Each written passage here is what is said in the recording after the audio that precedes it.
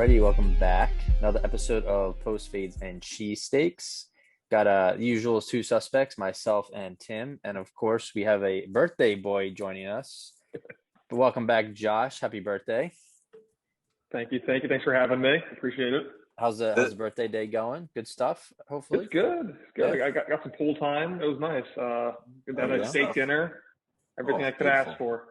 Yep. A lot more than you deserve. Beautiful. You're the definition. We've had you on, I think, almost more than any other guest. You're the definition of we don't really set the bar that high. Oh, We just take them and have them. you can't even give him a little bit of leeway on his birthday. You gotta Unreal. No, it never ends. It never stops. ruthless. So today, I had a few good birthday gifts, but my favorite one's going to be just schooling Timo once again. Oh, please. listening to his foolishness, yeah. Let me see, because you're fortunate enough to be 1 week, and that's it. And there's only 1 week in an entire year where you're a 1 week wiser, 1 week older. So this is a rare moment. We're in that week.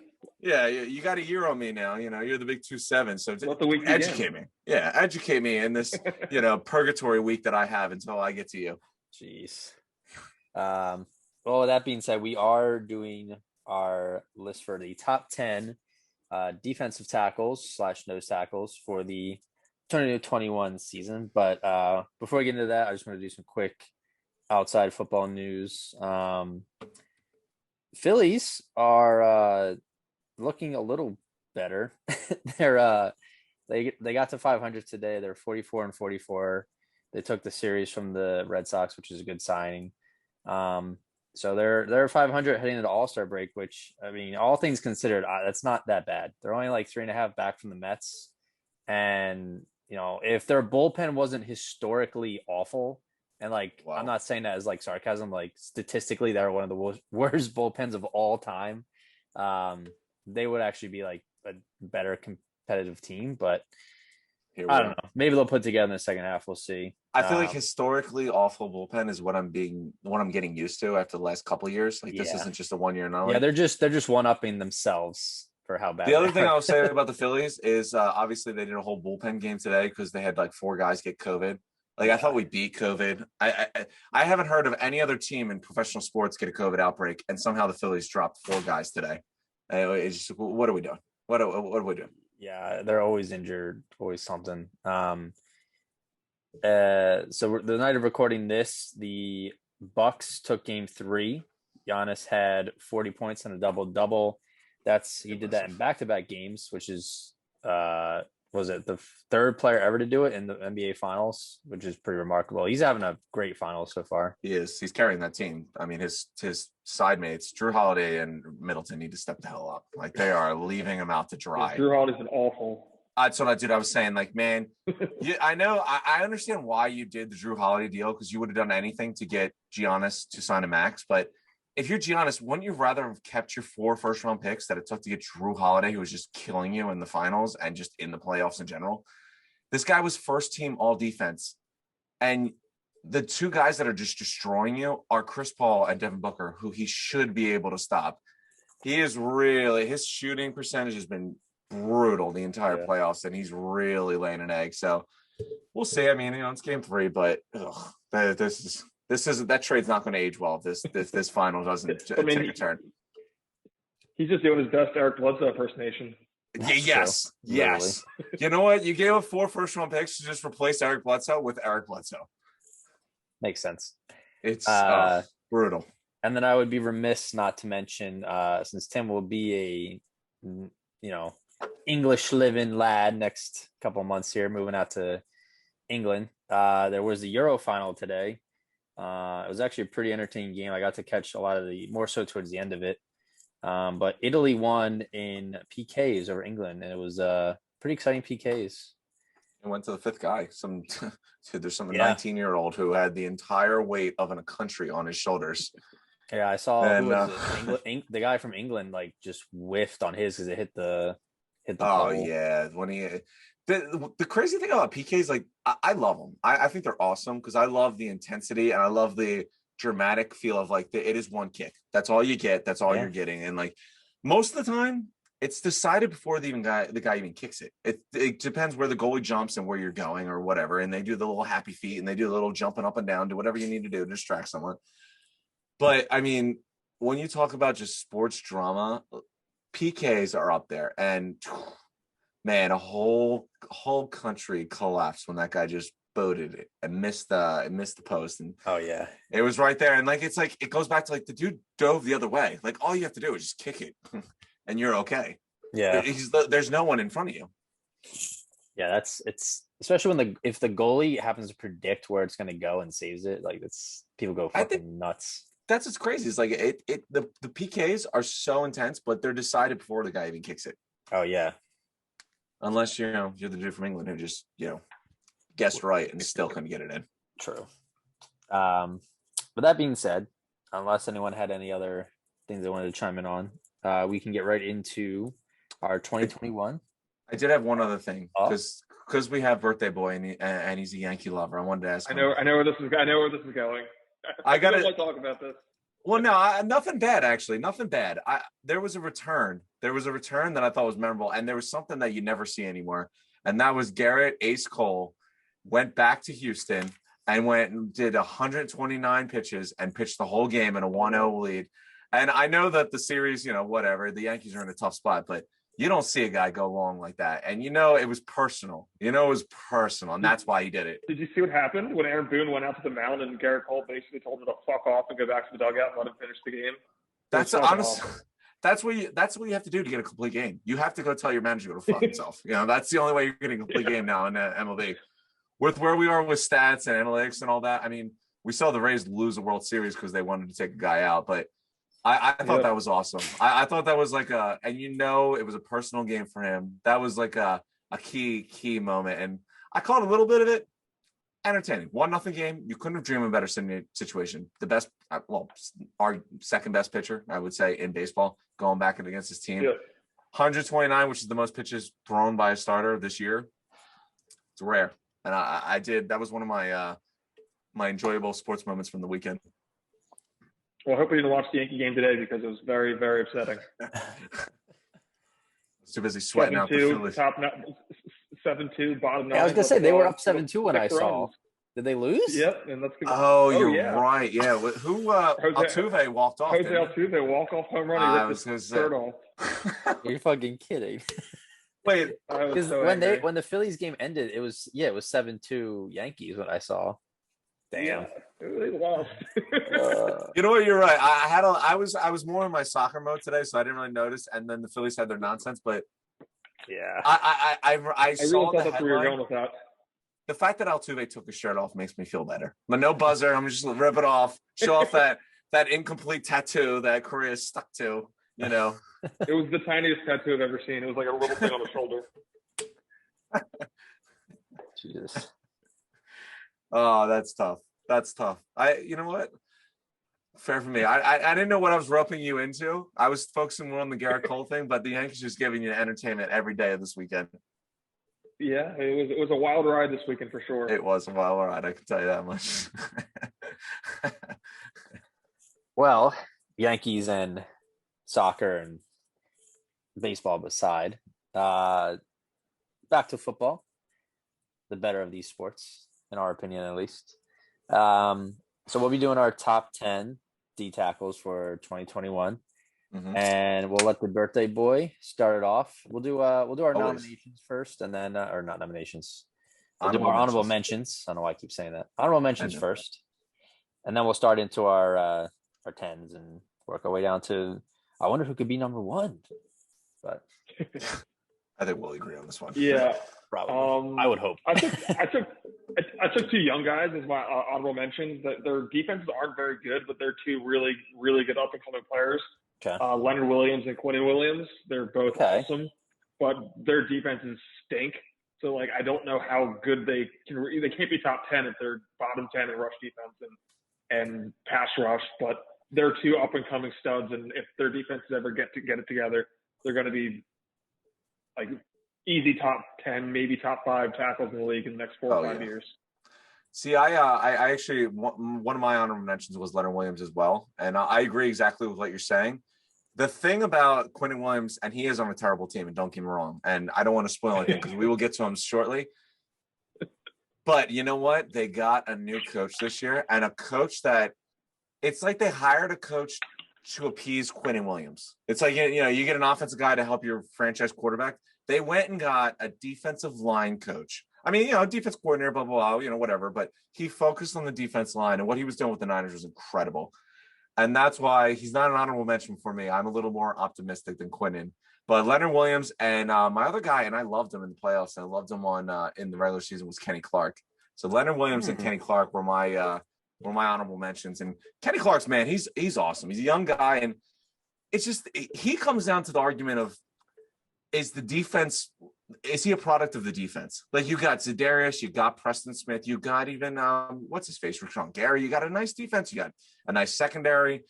You're on a team that usually is winning when you have the MVP on the offensive side, so you know it helps you out. But he was him and Leonard were definitely my honorable mentions. Interesting. One guy that one of you mentioned, I actually have pretty mid-level in my list, so that's kind of surprising. But the two guys I had were Stephon Tuitt of the Steelers, and Jeffrey Simmons of the Titans. Listen, he's my boy. I'll fight you on that one. We'll get to him. I look forward to hearing it. I mean, keep it short. I mean, they're both really good. You know what? When we did this last year, I think it was a lot more veteran presence for D tackles. But I think this past year, a lot of young guys really stepped up, and we saw better play from a lot of tackles. Also, a lot of drop-offs from some other guys. Like, I don't imagine either you will have Geno Atkins in here, and we had him pretty high last year. So, yeah, you know, he was one of the guys I had. Like, I was like, is he still in the league? Like, I wasn't even sure. Well, I think you and I both had him at like 5 or 6, and then I looked at it. I don't even know what team he plays for now. Is he still in the Bengals? I think he's on the Seahawks. He was on the Panthers. He was on the Panthers. Okay, so nobody knows. All right. Anyways. No, because I remember looking, because I honestly, this exactly what we're saying is what I was thinking earlier. It was like Geno Atkins is a name. Like, I start my list with him. I think he was on the Panthers last year, and I want to say he's a free agent this year. I don't even think he's playing, I think he just didn't like do anything like he just hit that like plateau of an older veteran who just hit his peak already. And you know what? He had shoulder surgery in training camp. That's what he was. Yeah. He played games, and out of the lineup, that'll do it to you.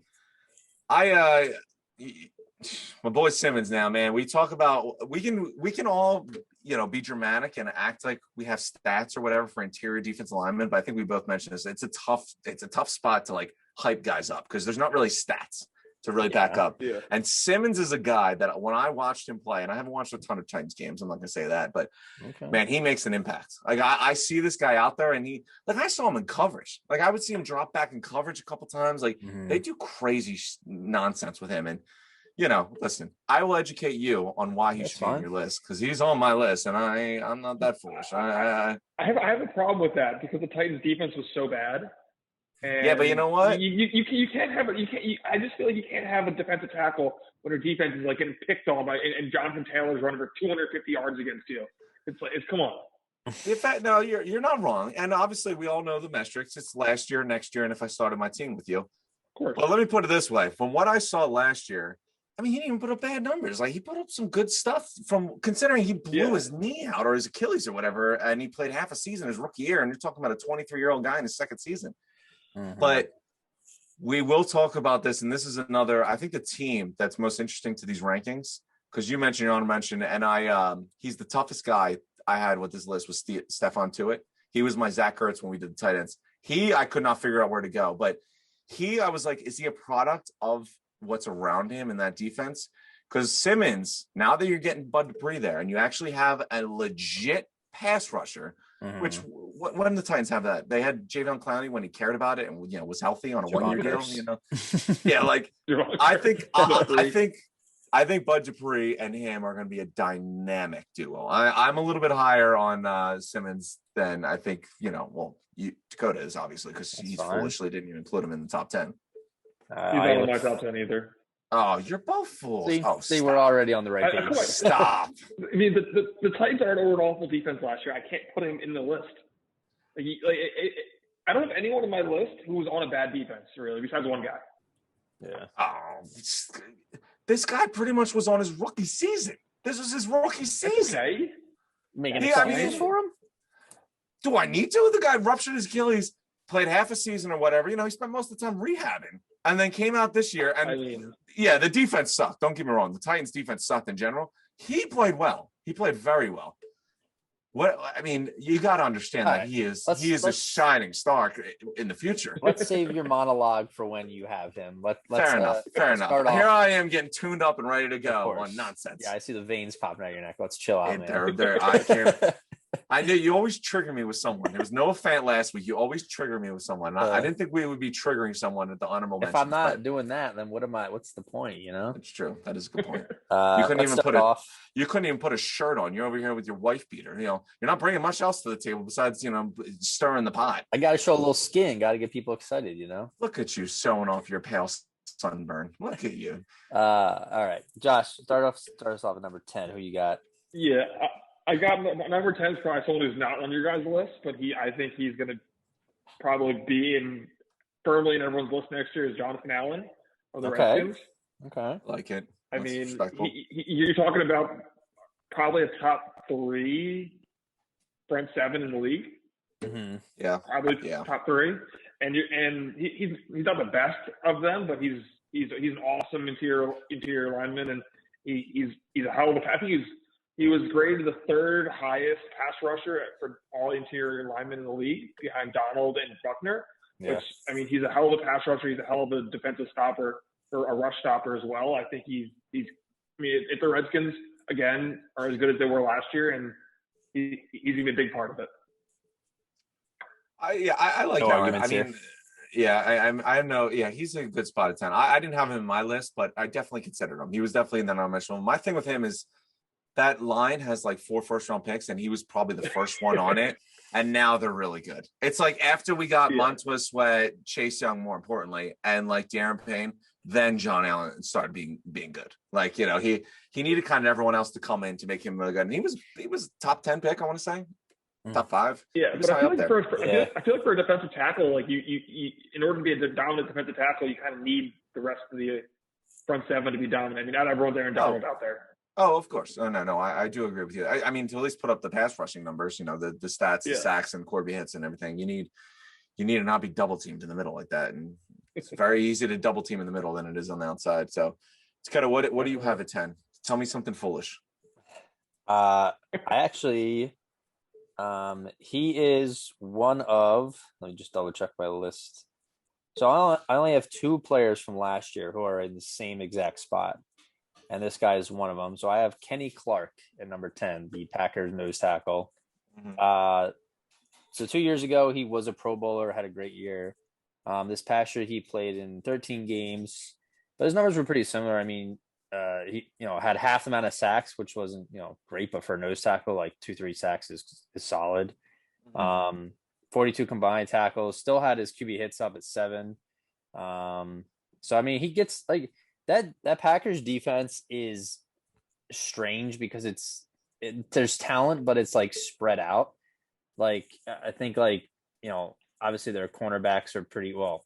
One of them is really good, and the other one is the turnstile. Well, yeah, but they're not a top. I wouldn't say they're a top 10 defense, but I think him there makes them collectively better as a unit because he's able to get pressure. And he's able to, stop the run. And so I think people kind of sleep on him a little bit because I think he does a lot. But I think 10's a good spot for him. Yeah, I have no argument. I had him in my honorable mentions. He was definitely a guy I had right on the borderline. So no arguments there. I like Kenny Clark. I was big on him on the Packers run in the playoffs. But he's a stud. He's on a good defense, but he is a very key part to that defense. Yeah, that's what I'm saying. So yeah. All right. You got foolishly at 10, Tim. So this guy, my first 2 guys are definitely youth movement. So my number 10, he's 23 years old. And this is a guy I think I'm projecting for more than I'm, praising his prior performances for, but he's no slouch. So number 10, I got Quinnen Williams from the Jets, who Josh has already mentioned. And you know what? Well, first off, I think the Salah hire is just I think Quinn Williams is about to dominate. I really do. I already said this, you hire certain offense coordinators for head coaching jobs to help franchise quarterbacks or young quarterbacks usually. I feel like they hired Saleh to just groom Quinn Williams to be the best that he possibly can. He was a number 3 overall draft pick. Guy had 7 sacks last year. And yeah, it was a bad team. And, they were in games that didn't matter. But this guy, he's in his second year, put up 7 sacks. He's durable. He played 13 games the last 2 seasons each. Young. And I really think that they're about to take a turn. I think the Jets the Jets are almost to the point where like everyone succeeds when they leave them. Leonard Williams, one of my honorable mentions. Sam Darnold would dream to be Leonard Williams. Yeah. He left the Jets, dominated the first year he got somewhere else, and then signed a huge contract. It's just you get away from the Jets and you're really good. I think Saleh is going to break that curse. I think he's going to make the players that are on the Jets right now even better. And I think Quinn Williams is, if you're talking about one guy that is going to benefit the most from a coaching change, it's got to be Quinn Williams for the Jets. Like Saleh's defense we all know Jimmy G. We all know the Super Bowl team, that went to the Super Bowl and lost to Mahomes with the Niners. But it was that defensive line that did it. It was Nick Bosa. It was Eric Armstead. It was DeForest Buckner, who was going to be on all 3 of our lists. I think Saleh is going to give a career year to Quinn Williams this year, and I think he's only going to get better. The guy's 23. He's a stud in the making. Fair. I really like him. I'm big on the young guys. My list is starting with young guys, but I'm optimistic. So no against me. I do have him on my list, but a little higher. I'm a little more optimistic. So really, you are like Mr. You haven't done shit for me yet, so I don't give you any love. Never do you have a younger guy rated better than I do. I can't believe I'm saying this, but I honestly have to agree with everything you said about Saleh making a difference, and so I'm telling you, most of the time. Well, this is the Jets, so we can't really. I mean, I'll make it short. But the Jets do different things. Mostly, it's horrific, but. Mm-hmm. Most teams hire offense coordinators or passing game coordinators or whatever to build with the quarterback. I think they hired Saleh for Quinn Williams. Quinn Williams is probably the best team player on that team. I think they hired a defensive guy to coast up their defensive lineman. Yeah. Snoosh, what'd you have at 9? Oh geez. I call you off guard. Did my computer just turn off? I mean, your face disappeared. Your face is gone. Oh, Jesus. Well, hold on. I mean, I'm still on via audio, so I will tell you that I have Kenny Clark at 9. Well, look, I like to see it. Like to see it. All right. But I have Kenny Clark at 9. Dakota kind of went over all the numbers and how great he is and the Packers defense, and he's kind of like the middleman of that defense. Yeah. But, he's a stud. I mean, I feel like we were dealing with these guys from like 8, ranked from like 8 to like 12, 13. All these guys are pretty interchangeable, to be honest. Yeah. I couldn't agree with you more. I think Kenny Clark is, he's awesome.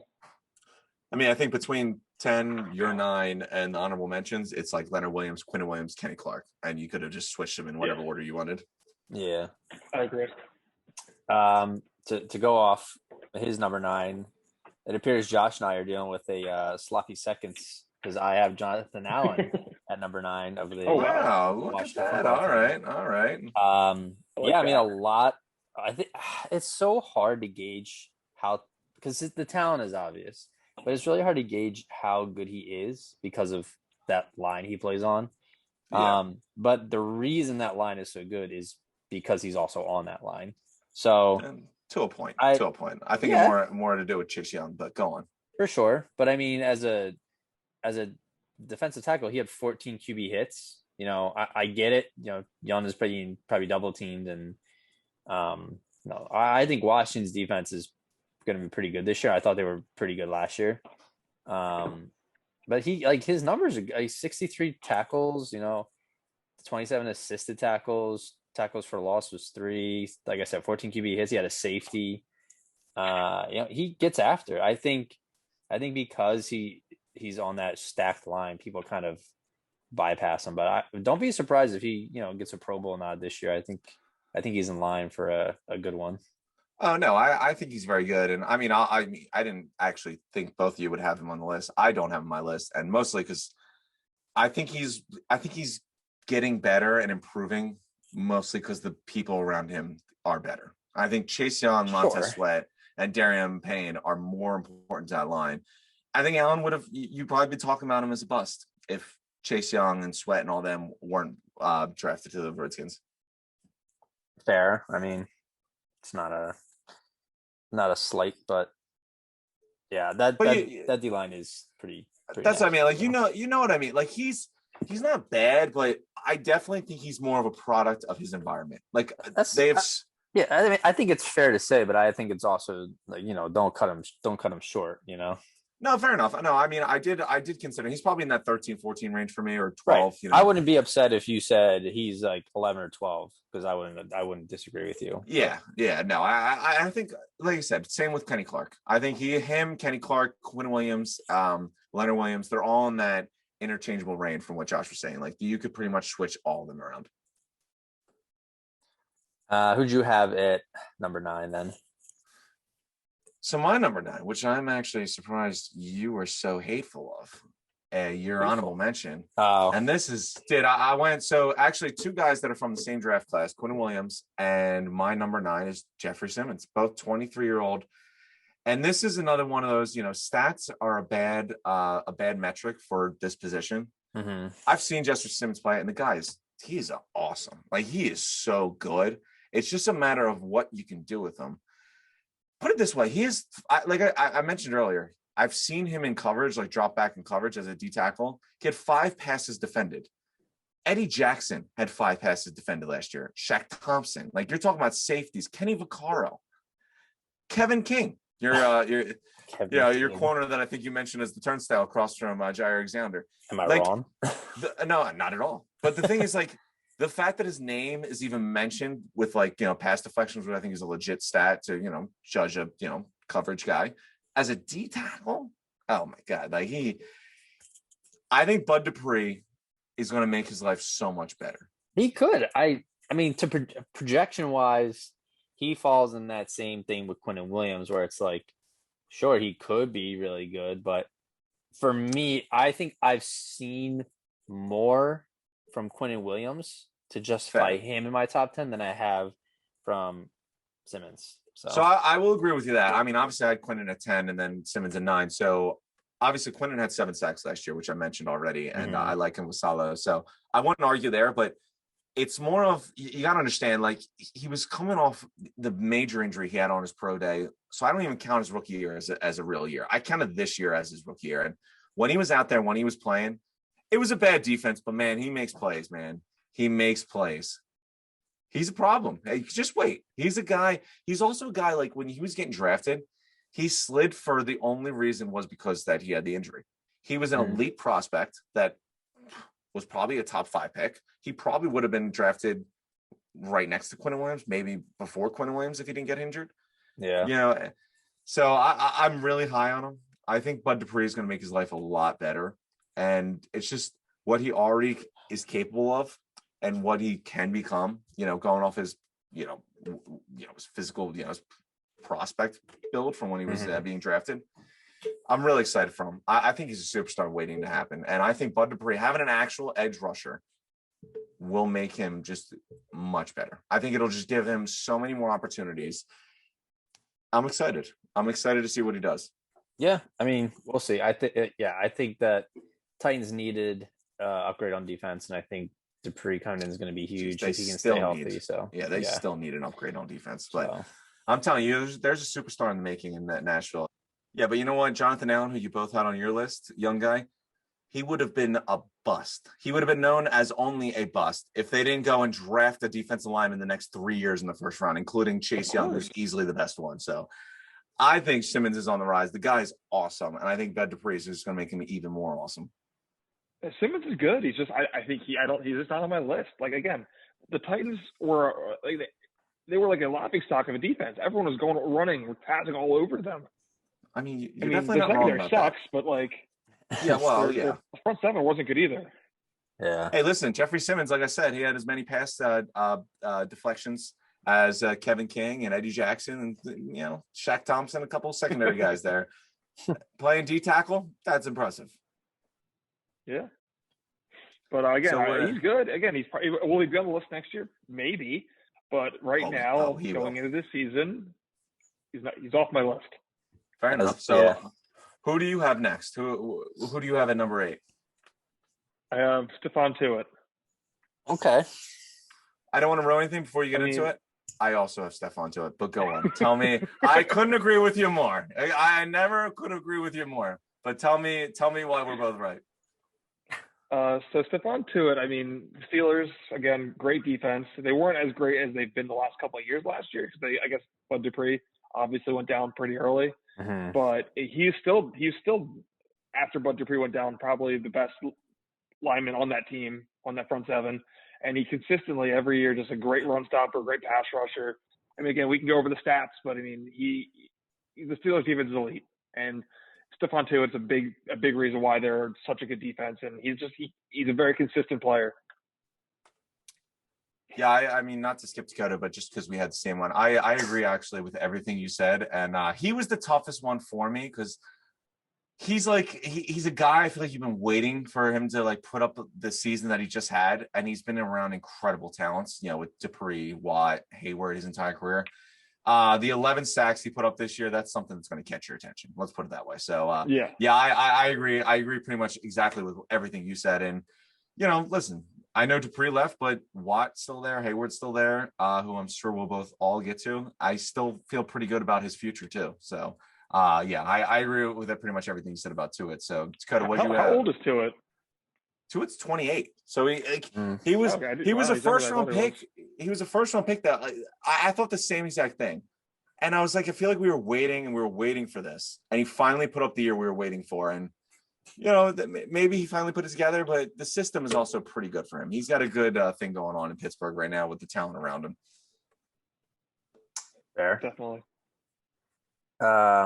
My number 8 was a guy that Tim is pretty high on, and I also am fairly high on, like I mentioned, Quinnen Williams, number 8. Okay, look at you. All right, that's two young guys you had rated higher than me. Look at you. Yeah, high up the prospects, but I think, like you said, the Saleh effect will be great for him. A lot of times we do see, with especially younger players, coaches that will come in who can help really get them integrated into the systems better, help them work on little things that will improve their game a lot. I think Williams is already, stats, like you said, is what he had 7 sacks or something. He's working up, he's getting better every year. So I think he'll I would expect him to be very young. I expect him to be top 8 talent by the end of the year. So that's why I'm 8. Absolutely.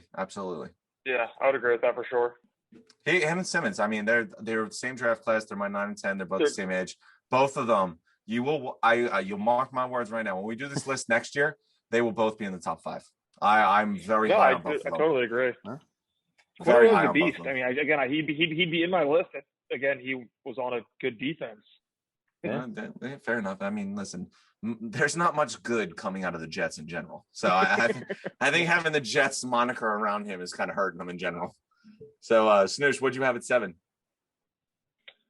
This is one of the first ones on my list. It's kind of probably pretty shocking. Is I Fletcher Cox at 7. You know what? Oh, okay. You're a week wise, a week older, but we're right there, baby. I also have Fletcher at number 7. So I'll just continue piggybacking off you. So you tell me. Jeez. So Fletcher Cox was still great last year. The only probably good part about the Eagles' defense last year was their run stopping. Everything else was a disaster. But he still had 8 sacks, 2 forced fumbles. He was second in total pressure since 2015. He's obviously an elite tackle for a long time, but I think he's kind of getting up there in age. He's probably the oldest player on my list. Okay. I think. And again, he's probably going to be a very solid player this year. I think it's kind of hitting that stage of his career where he's going to start declining a little bit. So that's why I have him at 7. But that's why. And he's a stud, but I think the guys above him are younger and probably offer a little more upside. at this point in their careers. Yeah, I mean, piggyback. I mean, I agree with everything you said. And Cox was, I mean, the guy's he is a superstar. He is one of the when you think of best defenders, I think in the NFL, he pops up in your list. But yeah, he's definitely on the backswing of his career. And it was one of the things you mentioned was you were giving me shit about the Titans having a bad defense and everything. I don't think the Eagles have a very good defense, and I think they're not going to be very good this year either. He is one of the older guys because I did want to go young. The guy in front of him I have him is the oldest guy I have, and I only put him higher because I liked his system better and I liked his, chance of production in a better defense next year. But Cox is still a stud. I think he's hurt because it hurts him a little bit because the defense isn't very good around him. How can you kill Cox? When the Eagles are a god awful run defense, when the linebackers are, you're talking about like JV players. The Eagles haven't put a linebacker out there that has scared me since, I don't know, Trotter, maybe. Yeah. Well, their only good part about their defense is their run stopping ability. It's mostly him, to be honest. So here's the other thing, because let's be honest.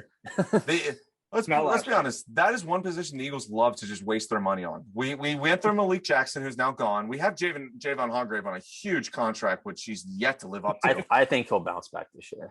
I agree with you there, but at the same time, it's like you brought your two biggest free agent additions the last 2 years were D tackles, and Fletcher Cox has continued to be in the class of your defense every single year. It's like, the guys that you bring in are kind of duds, but he has continued to be in class. And let's be honest, he's going to continue to be the guy he is, and he's going to continue to be really good.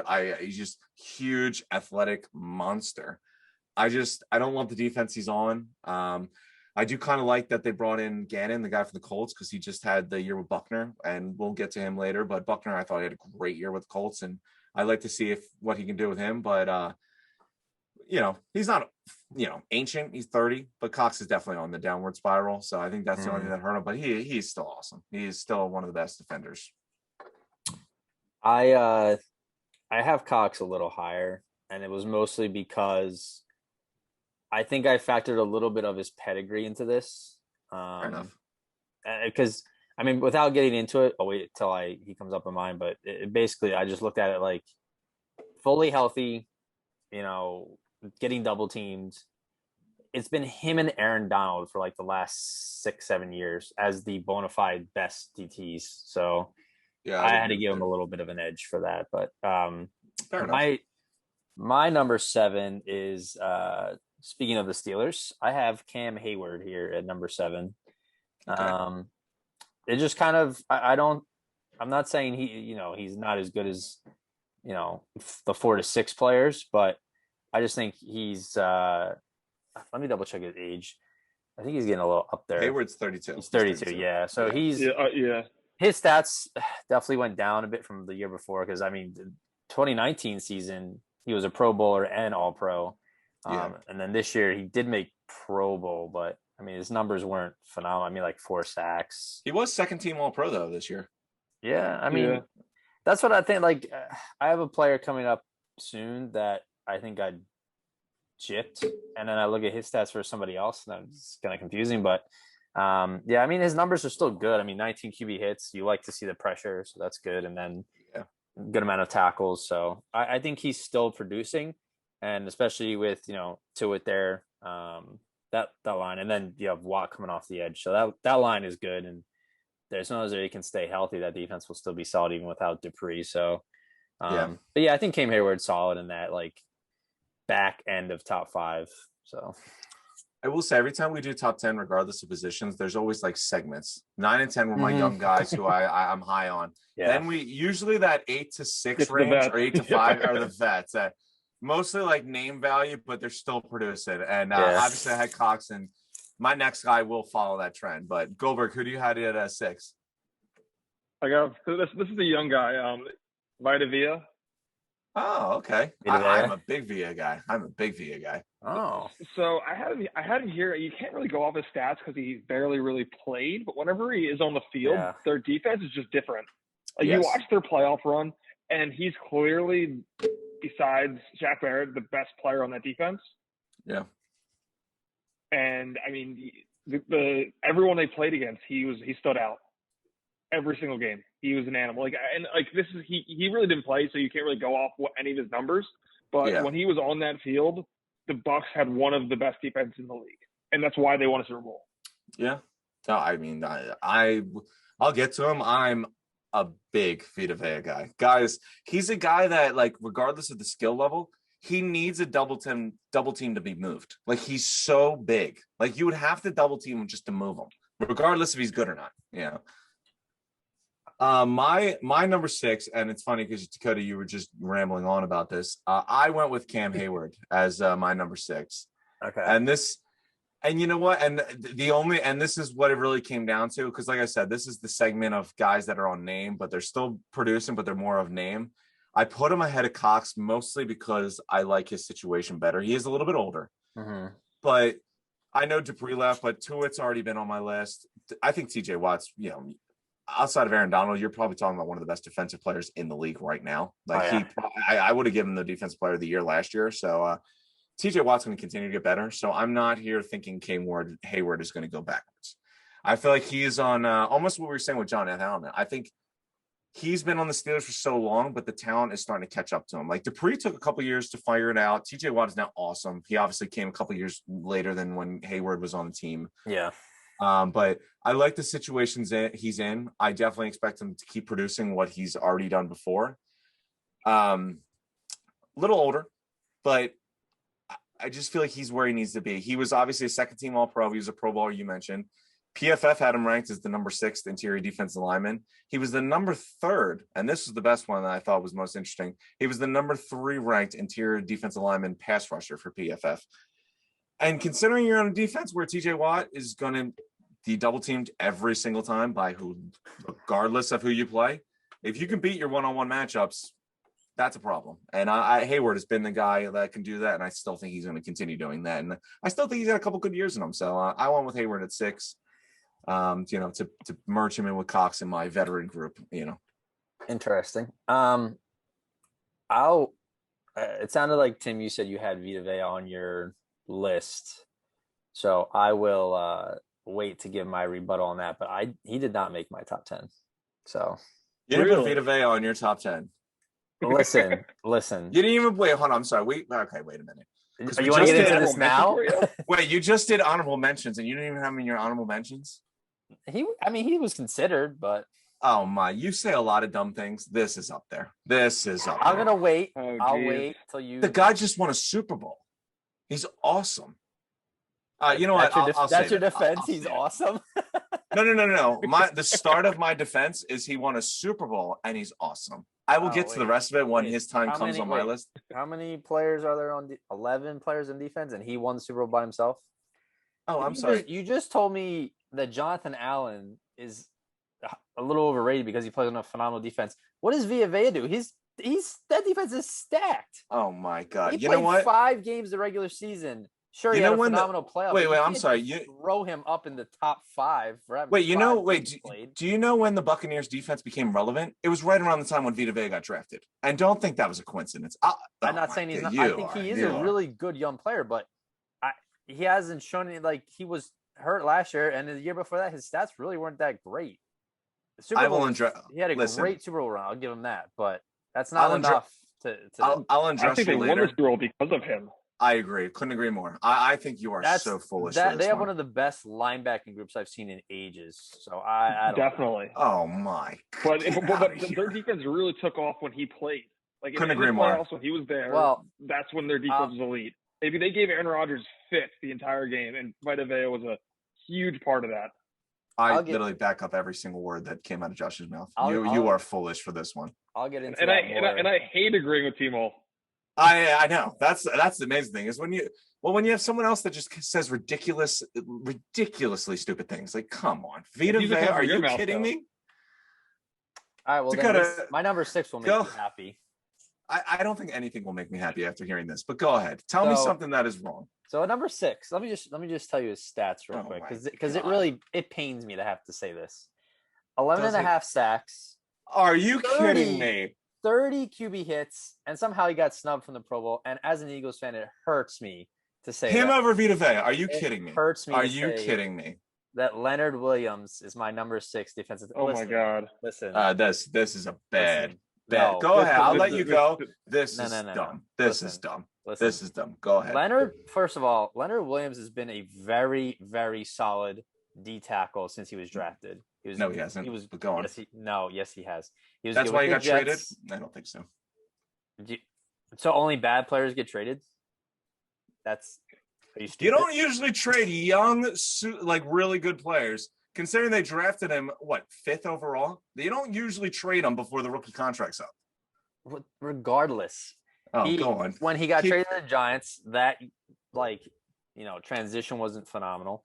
But this year, his stats were insane. He was blowing teams up. I've always liked him, and I think he had a really, really good year. And I expect him, because I hate to say it again, but I think that Giants defense is slowly getting better.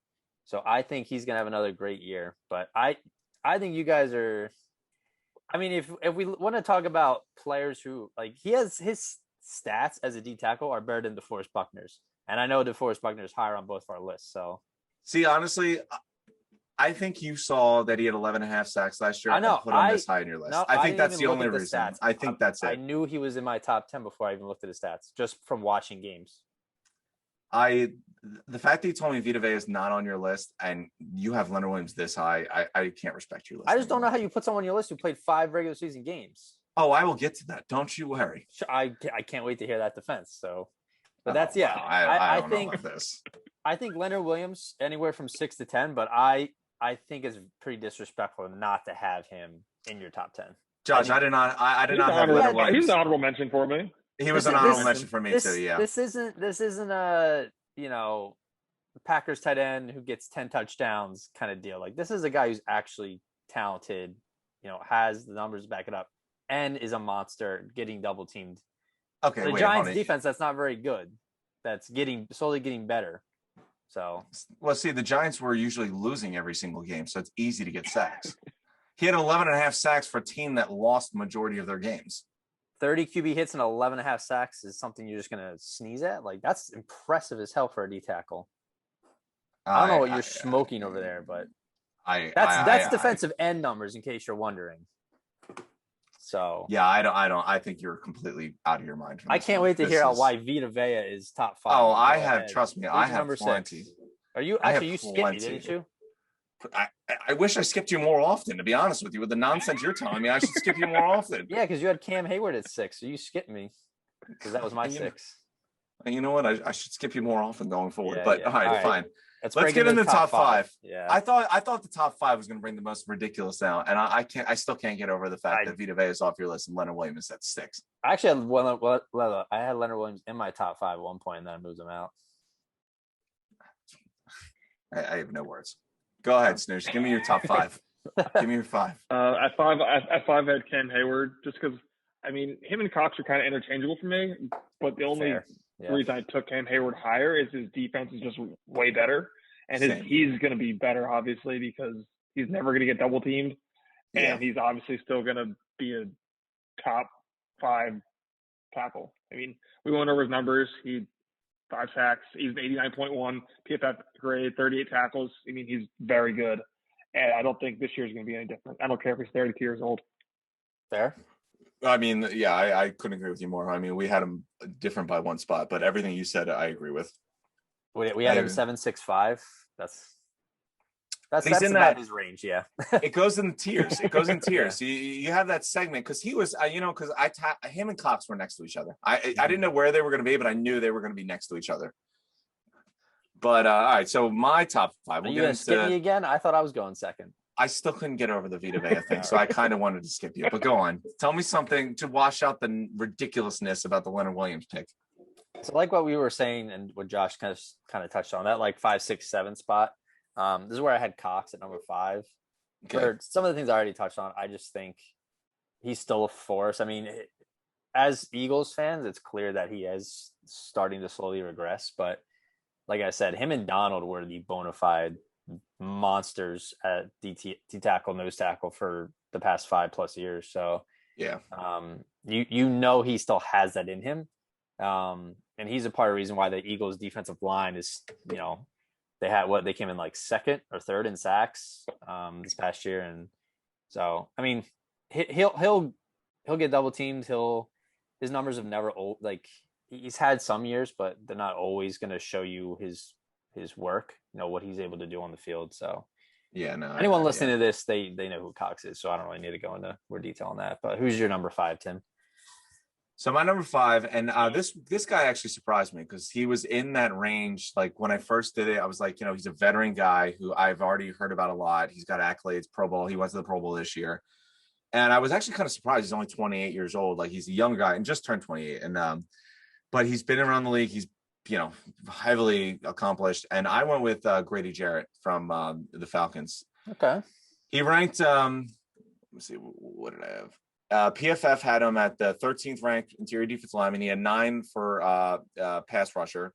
So you're basically looking at a top 10 rated guy, in different categories for PFF. But he's younger. The problem with him is, and it goes back to what we were saying, like the Falcons are a team where like they have so much talent, but they constantly stink. Like since the Super Bowl where they blew the lead, like you want to talk about a team that has just too much talent, but stinks every year.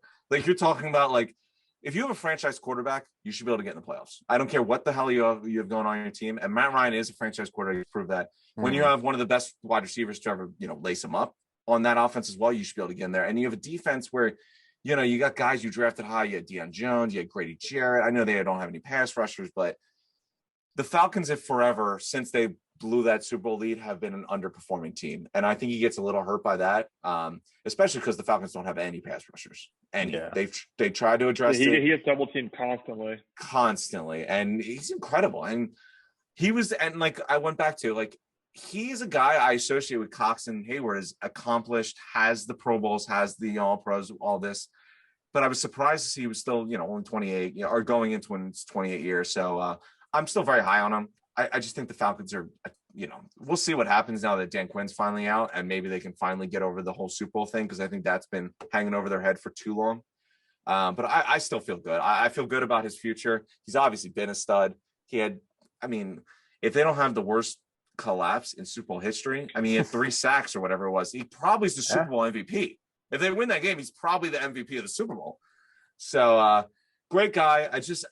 His team is so weird. A team that has too much talent to be as bad as they've been. They should not be drafting top 5 like they were this past year. They too much talent on that team, and he's part of that. So I went with Grady Jarrett, and a guy I still believe in the future. So, Snoosh, who do you have 4? I had Grady Jarrett at 4. I also had Grady Jarrett at number 4. Oh, look at you! All right, look at that. We're back on sync. Yeah, I remember 4 last year. You went over it. Yeah, he's a solid. He's obviously top 5. He's really good. He's probably the only really good player on that entire defense. And they're actually, from like a rush defense standpoint, they actually weren't terrible against the run, and he was probably the only reason why. And I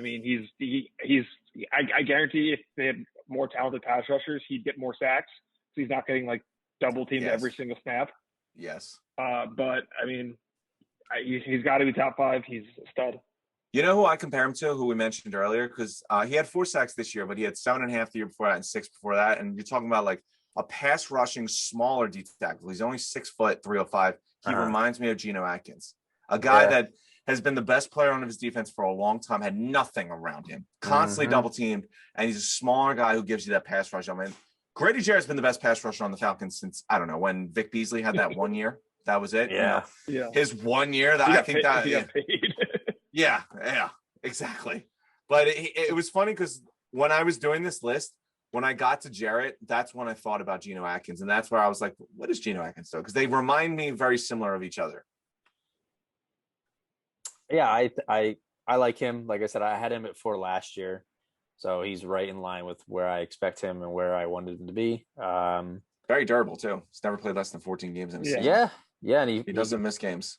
Pro Bowl the last 2 years, that's always a good sign. It means he's continuing to progress. And like you guys were saying, can you imagine if they actually got like some edge rushers for them? Like it would free him up so much, and he would actually have insane numbers. But that's why it kind of reminds me of Geno Atkins, because the Falcons have been terrible since the Super Bowl collapse, and they shouldn't be. But I mean, you're talking about a guy who's 6-year vet and he's missed 3 games. He hasn't played in 3 games that he's been about. Like that consistency is what you want, and he's the best player on that defense, and he will continue to be.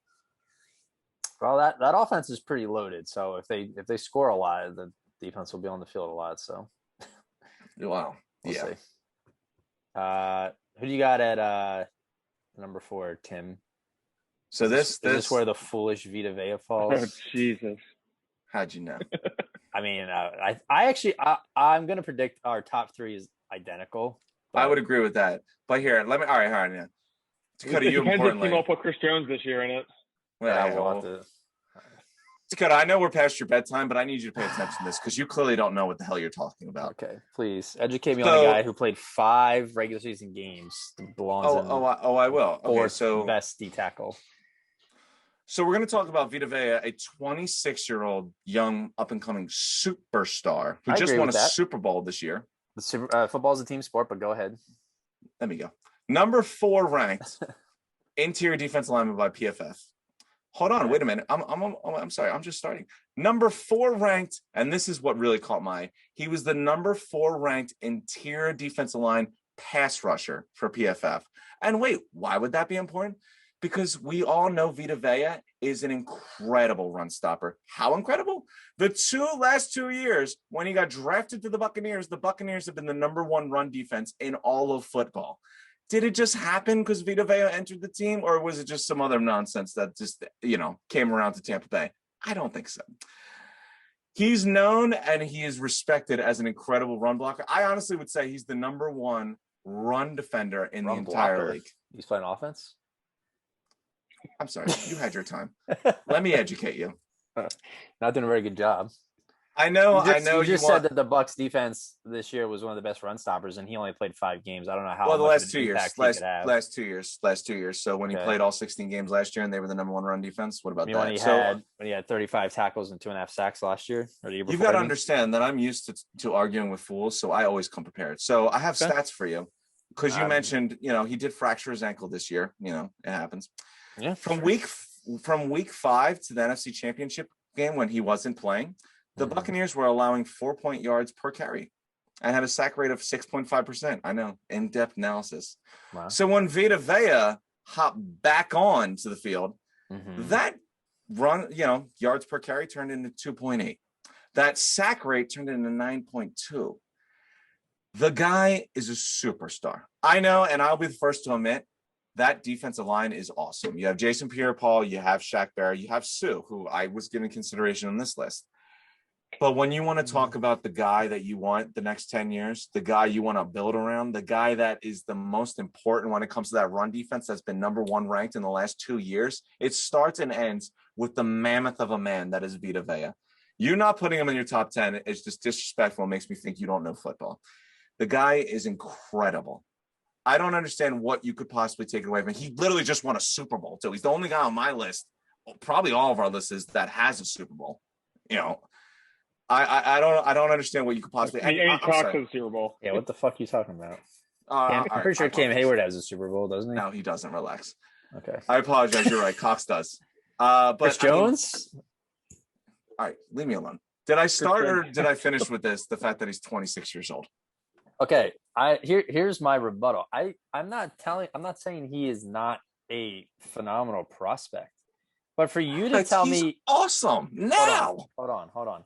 For you to tell me every time we do these lists that, oh, what have you done for me lately? What are you gonna do for me now? Blah blah blah. That body of work from last year is not enough. I think he will be a perennial top 10 defensive tackle, probably top 5 with Quinnen Williams, and those two will be the next dominant forces. But to say he in 5 games of work and then the handful of playoff games he played, he was the 4th best defensive tackle coming in this year, that's not enough for me. See, it's fine if that's how you feel, but that's not enough for me. And just because PFF tells me that he's the 4th best, PFF has had some outlandish things that they've said before. So I mean, you say outlandish things all the time, and I still do this weekly with you. So I mean, we can't hold everything. Josh, what did you have Vita Vea? 6? I had him at 6. That's a little. I I don't mind that, but top like 4 over some of these other players, I just can't. Because the dude's 26, and the only thing you're holding against him is that he missed this year. And then I gave you the numbers of what that defense did after he came back. Sure, they won a Super Bowl. Sure, but who else? Like you already helped me defend this. Who else is on that fucking line? That line is insane. Just because the run stopping improved dramatically doesn't mean there's still a passing game. There's still other aspects of offense besides stopping the run. Did you miss the part where not only is he the best run defender in the league, but he was number 4 ranked interior defense lineman on pass rusher? Okay. According to what? Just like looking at the screen? Because no, PFF. That was PFF. Relax. Well, I know. You saw 10 tackles, so you saw Leonard Williams 11.5 sacks. Didn't watch a single Giants game or realize that they were even relevant, or you probably didn't even realize he was on the Giants and just put him on the list. You just saw 11.5 sacks and just put him on the list. Well, considering I watched 2 Giants games at least because I watched the Eagles play the Giants. And I already told you I had him on my list before I even looked at his stats because I remember him being a dominant force this year. Then I looked at his stats and say, wow, his stats are better than pretty much everyone else besides Aaron Donald on this list. And for you to just say 11.5 sacks and like 30 QB hits is like something to pass away on a terrible line. He's doing all that on a terrible line. And Vita Vea out here with a fucking stacked linebacking core, stacked D-line, good secondary, and you're giving him all this praise. Like, that's so backwards. Well, see, here's the thing. Part of my, ranking and rationale where you just go all outlaw and you don't have any, reasoning or anything. You just put people in order. I have a reasoning and a system. It's last year, next year, and if I started my team.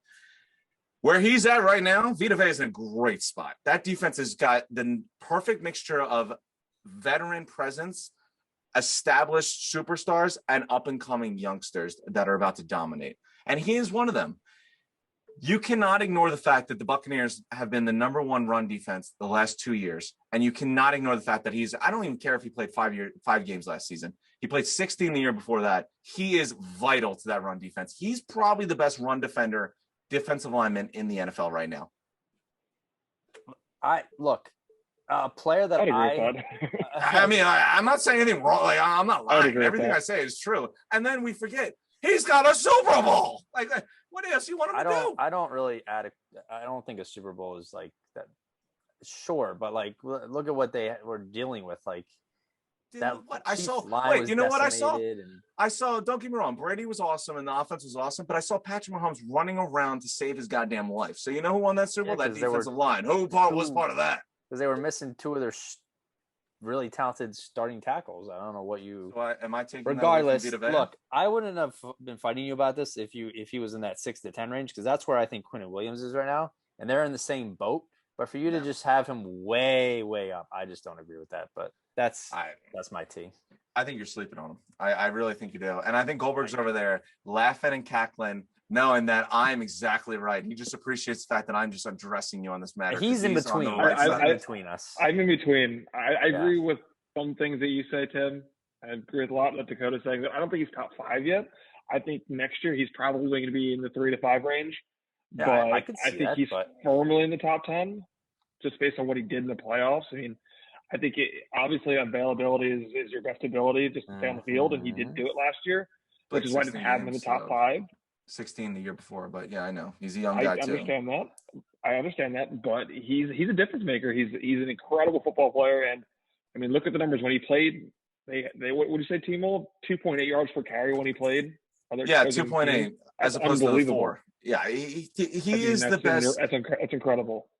You can't ignore the fact that he's a 3-year vet. Obviously, he only played 5 games this year, but the Buccaneers' run defense is the number 1 the last 2 years, and you can't ignore the fact that he is a big part of that. He is the run defense. Not when he's playing 5 games. That's 30% of the season. Well, you're just full of nonsense. All right. Well, look, these are our lists, so we're all entitled to our opinions. But when I was going through this, I had my list down. Wasn't finalized, but I had my 10. And I started looking through other people's lists, and Vita Vea was nowhere near 4. So, again, I don't worry about other people's lists. My list is correct. Just saying that's all I worry about. Consensus is that he is, like you said, a rising superstar, but has not attained a crown yet. You are literally crowning him we're playing like 6-7 games, including the playoffs. Well, so. you definitely play more than that. But I'll leave this. I'll end this. I'll end it on this. 2 of my 3 criteria for rankings is about the future. And you name me a better defensive lineman with a brighter future from where he is, what he's done, Quinn and Williams. The Jets suck. You can't. I don't understand how you can do that. Like, how can you say this guy has the best team around him, so he's better than a guy who has a bad team around him? Like, pure skill wise, they're pretty similar in what they're able to do. Like talent. Well, no. I think Vita Vea is a much better player than Quinn Williams, but I also think Vita Vea is in a better system where he's going to continue to get better and have more opportunities to get better. I'd like to see what Vita Vea would do on this Jets team instead of Quinn Williams. I think that you would find it'd be similar production. So sure, but you know what? We're ranking them on the Buccaneers. So all right, Goldberg, give me your top 3. Give me your top 3. I think they're the same. All top 3 or just 3? No, we'll say 3 first, just in case. Okay, I was about to say. This should be calm because I think we're all going to have the same 3, maybe in different orders. I got most of my hatred out to Dakota on Vita Vea. Yeah, that's fine. I got DeForest Buckner at 3. I mean, what's the more to say? Before we went to the Colts, the Colts are terrible. Defensively, they were pretty bad. He gets there, and they're all of a sudden an elite defense. That's not a coincidence. I mean, he's a stud. Well, he was a stud on the Niners. He left the Niners, and they got significantly worse. Yeah. I mean, obviously, they lost a lot of injuries, but even when they were healthy, they weren't the same without Buckner. Yeah. And what's more to say? 30 tackles, 10 sacks. I mean, that's what he does every year. So firmly in the top 3. It's pretty easy. Yeah, this is a unanimous. I'll let Dakota go on about it, but I also have Buckner at 3. And this, I mean, he's awesome. So I mean, he was awesome with the Niners. Yeah, he's still awesome. My thinking was so last year I had him at 7, and it's because I thought he did really well with the Niners, but I wasn't 100% convinced he'd be able to translate that to the Colts. So I was like kind of timid on it, just because like some of these other players we mentioned, like that line on the Niners was stacked when they were healthy. The whole defense was stacked, but yeah, he came over like Josh said to the Colts, and he made a difference. And I think he was pro. Was he all pro too, or just pro? He was all pro. No, yeah, he was all pro. Oh yeah, he was all pro. I mean, 9.5 sacks, 26 QB hits, 50, almost 60 tackles. Like he was a very important piece to that Colts defense, and he'll be a continued, driver for them as they go forward, because they're definitely up there with the contenders for this year if that offense can produce. So yeah, no, I mean, piggybacking off what you guys, I had Buckner, same exact reasons. How am I going to bet against a guy who the first year with a new team he was all pro? Like I think he's in a good spot. The first year with a new team, he's already on the all pro team. Like he was incredible with the Niners with a lot of talent around him, and he continued that with the Colts. I like where he's at. I think there's talent on that defense, and the system's great for him. And he's awesome. He's a great pass rusher. He's young, coming off the Pro Bowl. PFF had him in, number 5 ranked interior defense, number 3 ranked pass rusher. And he is, he's such an incredible. He reminds me of my number 2 guy, which I think we all have at number 2 now as well. Another big, incredible pass rushing interior defense lineman who is also the same age. Okay. But they remind me of each other. And the only split here was I just like the other guy's system a little bit better, more than I like where Buckner's with the Colts. So Goldberg, tell me your number 2, who I think I know already. Do you want to do it this year? Actually, do you want to put it in your top 10 this time? Yeah, you didn't have him in your top 10 last. Somehow it just slipped your mind. Did you know how I yapped up a little bit there and had the transition? It was just get over that fact that I forgot him last year. Josh, who did Tim forget last year? Now I'm starting to forget. It was Chris Jones. Oh, Chris Jones. What team does he play for? Does Tim even know? The Kansas City Chiefs. Do you know where that is, Tim? Yeah, wait. You question my geography now? That had nothing to do with my geography. Yeah, I agree. I also have Chris Jones at number 2. I also have Chris Jones at 2. Okay. I mean, he's the best player on maybe the best team in the NFL, best defensive player in the best team in the NFL, probably. I mean, yeah. He had a 90.3 PFF grade. He 2 forced fumbles, 8 sacks. Stud. Like, there's not much really to say other than that he's an animal. Oh yeah. He was another guy like Grady Jarrett. Like, he's a name who's accomplished and established. He's in that Cox Hayward realm, but then you realize, like, oh, he just turned 27. Like he's already accomplished a name brand and everything, and like he's still young and getting better. And PFF had him as the I think it was the number 2 ranked pass rusher for interior defensive lineman. And considering he's on a team with Patrick Mahomes, his pass rushing skills are just going to be at a premium. And I think his career is just going to continue to age gracefully if you are incredible at rushing the passer, playing on a team where you're usually winning. Yeah, he's he is incredible, back-to-back Super Bowls and everything. And I mean, yeah, I have no reason to think he's not going to be incredible going forward. He's one of those defensive linchpins that they built their franchise around. Mm-hmm. Yeah, I don't really have much to add. He's one of the reasons why, like you guys said, that the Chiefs are able to compete in the playoffs, because Mahomes can do, Mahomes that offense can do almost everything, but you can't win with zero defense. And Chris Jones is one of the best D tackles in the league, and definitely helps them. So easily, yeah. Looking at our number 1, we'll let the birthday boy announce his name, but I just want to say, a lot of the stats we look at, I use profootballreference.com. Yeah. And they have next to a player's like profile, like his name and his like where he's from and stuff. They have like, their Pro Bowls and all their accolades. It's just this player, seeing all his stuff like together is like, like he's literally one of a kind. It's insane. But Josh, who do we have it collectively at number 1 here? So we have Aaron Donald at number 1, and he's probably the only defensive tackle in the league with a full-on six-pack. Yeah, it's pretty remarkable. That's true. I'd say so. That is true. I mean, he's an animal. I mean, he's a 94.5 PFF grade. That's absurd. Yeah. He's probably the second, maybe he's probably the second best player in the league behind Patrick Mahomes. Yeah. I feel like it's fair to say.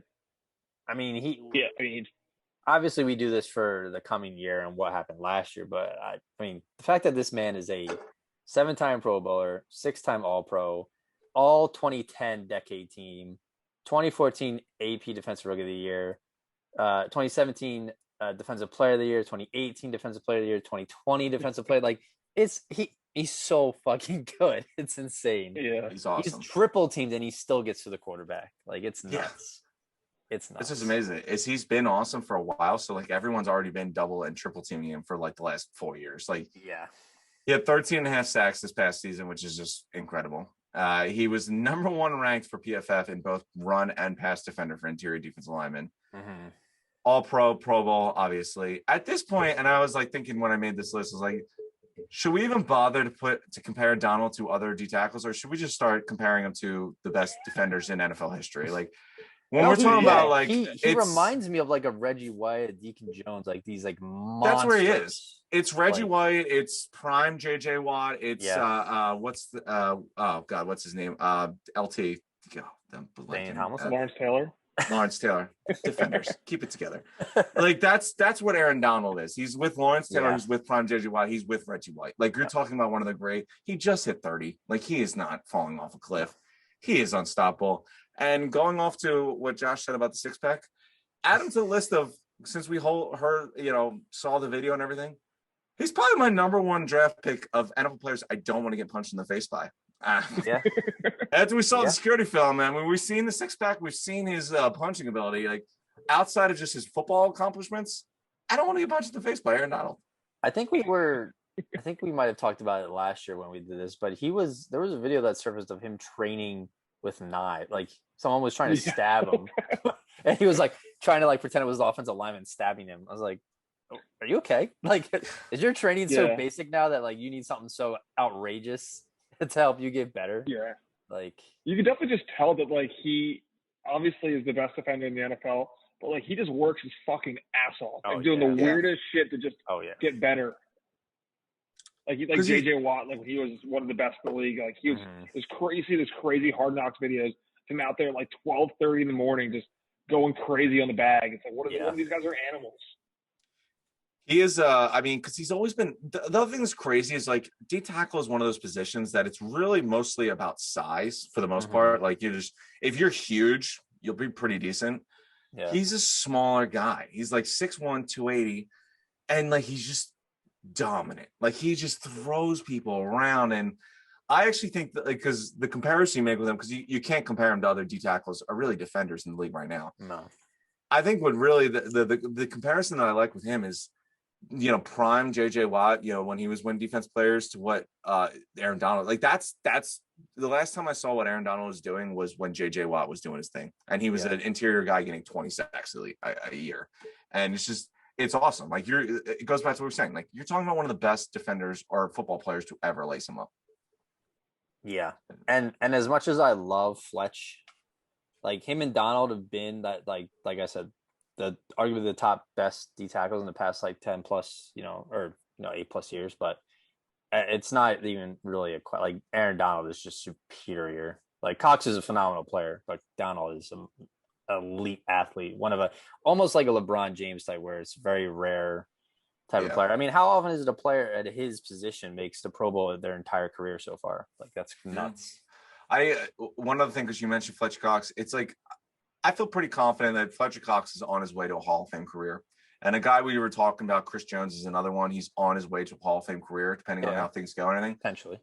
But when you talk about Aaron Donald, you're talking about a guy that he should be in the Hall of Fame right now. you mentioned Fletcher Cox and Chris Jones, who are on the way to Hall of Fame careers, but they will always and forever will be, even in Hall of Fame careers, the second best defensive lineman when they played. And it's Aaron Donald who's surpassed them both. Yep. Like I feel like Chris Jones almost has taken the baton from guys like Fletcher Cox, but Aaron Donald just continuously is the guy. So it's like Fletcher Cox is giving the baton to Chris Jones on who can be number 2 behind Aaron Donald.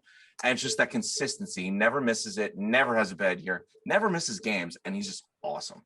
Yeah, he just looking at his numbers, like his worst season, he had 8 sacks and 47 tackles and 31 QB hits. Like that. Still amazing. It's crazy. That 20.5 sack year is also absolutely bonkers for a defensive tackle. But I mean, how many defensive tackles have ever won Defensive Player of the Year, let alone 3 times, or what is it, 4 times now? Yeah, I mean, JJ Watt. That's the guy that you compare him to. Like that's who he reminds me of. I would say Donald has been the better. I mean, legacy wise, JJ Watt had a couple like really a string of really good years, but he just hasn't been able to stay healthy, whereas Donald has. Yeah, I mean,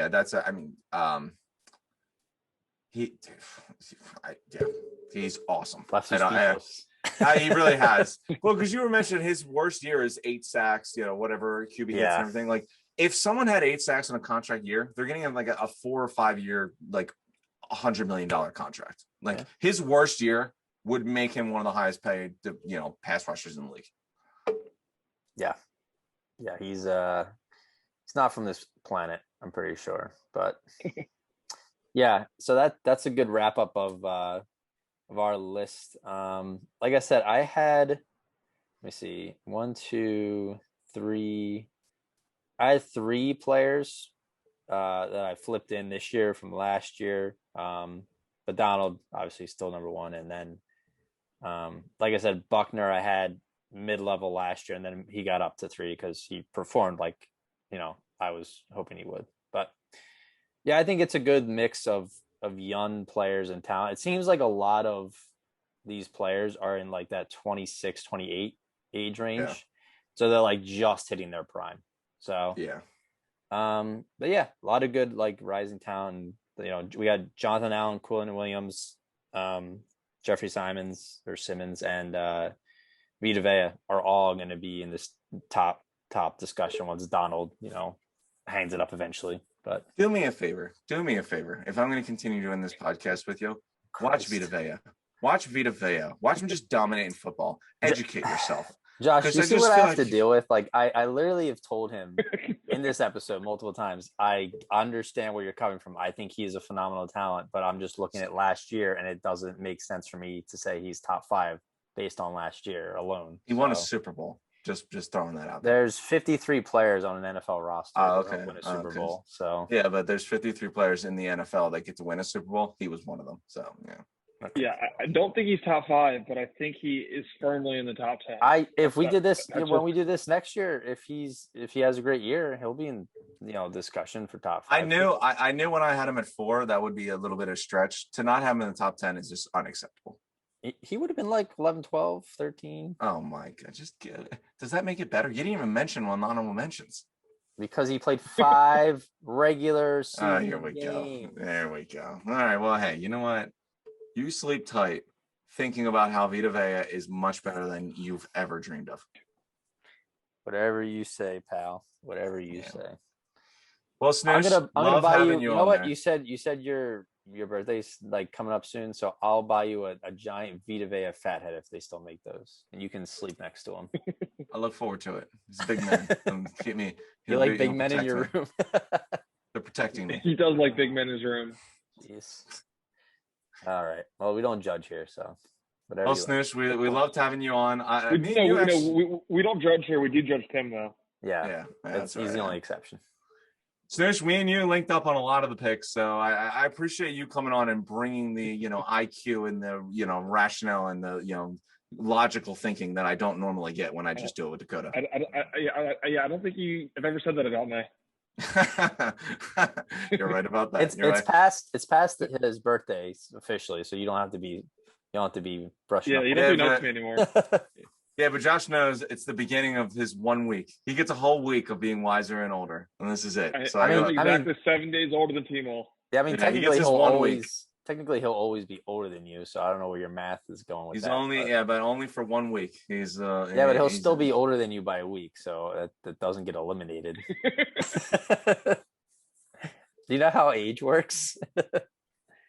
Do me a favor. Once we both turn 27, we're the same age forever.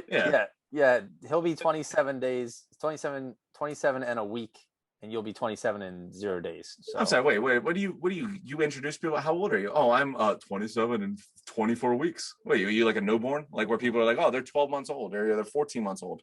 He's got 1 week where he is a number older than me. That's what he gets. Wow. Watch some Vita Vea. At least it's more than 5 games that he's older than you. So. Okay, here we go. Well, he's not, because 5 games would be 5 All weeks. right, shut up. All right. Well, Snoosh, happy birthday to you. Loved having you on. Thank you for bringing some logical thinking. God, I need more logical thinking on this. This is our tight end. You don't have much logical thinking as is, Timo. That's true. That's why I needed it on the podcast to bounce me out. Our tight end episode was too calm. We needed something like this to rile it up. So, God, you're foolish. Glad I can bring the fire for you guys. Yeah. I love it. All right, boys. It was a good one. Snoosh, happy birthday. Love talking. Thank you. Appreciate it. Take it easy. All right. Have a great week, everyone.